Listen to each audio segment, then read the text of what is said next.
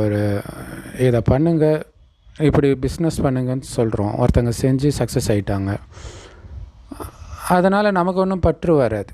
ஏன்னா நாம் செய்யலை, ஐடியா தான் கொடுத்தோம். அந்த மாதிரி கண்ணை இதை பாருன்றோம், அவ்வளோதான். அது கரெக்டாக நீங்கள் சொன்னதை அப்படியே கேட்கக்கூடிய வேலைக்காரனாக இருந்ததுனால அது செஞ்சுது, அவ்வளோதான். கை இதை பண்ணுன்றோம், அது பண்ணுது, அவ்வளோதான்.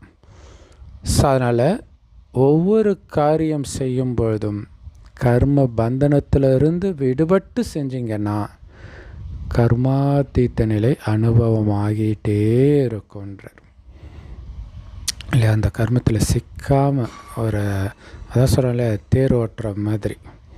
அல்லது இன்னும் ஒரு விதத்தில் சொல்லணும்னா, ஜேசிபி மிஷின் இருக்குது இல்லையா, மரத்தை வெட்டும், வீட்டை இடிக்கும். ஆனால் அவனை இடிக்கிறான், அவன் உள்ளே உட்காந்துட்டு இயக்கிட்டு இருக்கிறான். அந்த மாதிரி இயக்கிறது. ஸோ அதுதான் சாட்சி நிலைன்ற